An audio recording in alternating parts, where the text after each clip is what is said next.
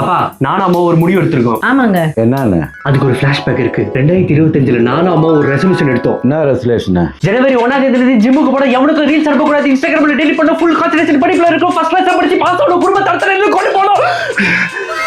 இது மாதிரிலாம் நீ பண்ண மாதிரியே தெரியலையே. எனக்கே தெரியும். அம்மா பேசுறதை கேட்டுட்டு யூடியூப்பை பார்த்து வித்தியாசமா சமையல் செய்யலாம்னு நினைச்சேன். சாம்பார், ரசம், கார குழம்புன்னு புதுசா சமையல் செஞ்சு அசத்தலாம்னு நினைச்சேன். நீங்க ஒரு வாய் சாப்பிட்டாலும் சூப்பரா இருக்கு சீமானு பாராட்டுவீங்கன்னு ரெசல்யூஷன் எடுத்தேன். இதெல்லாம் நீ பண்ண மாதிரியே தெரியலையே. ஜனவரி 1ஆம் தேதியிலிருந்து இதெல்லாம் செயல்பட்டு கொண்டு வரலாம் நினைச்சோம். ஆனா பண்ணல. சரி பொங்கல் முடிஞ்சு ஆரம்பிக்கலாம் நினைச்சோம். அதுவும் பண்ணல. சரி இந்த நியூஸ் தான் லேசா தமிழ் வருஷ பிறப்புக்கு பண்ணலாம் நினைச்சோம். அப்பவும் பண்ணல. கேம்பட்டிக்கு பண்ணலாம் நினைச்சோம். அப்பவும் பண்ணல. காந்தி ஜெயந்திக்கு பண்ணலாம் நினைச்சோம். பண்ணல. விநாயகர் சதுர்த்திக்கு பண்ணலாம் நினைச்சோம். பண்ணல. ஆயுத பூஜைக்கு பண்ணலாம் நினைச்சோம். பண்ணல. சரி தீபாவளி முடிஞ்சு அடுத்த நாளே பண்ணலாம் நினைச்சோம். பண்ணல. இப்போ நவம்பர் 3ஆம் தேதியே வந்துருச்சு. அப்போ நாங்க பண்ணலாம் நினைச்சோம். பண்ணவே இல்ல. சரி கிறிஸ்துமஸுக்கு பண்ணலாம் நினைச்சோம். பண்ணுவோமா? தெரியல.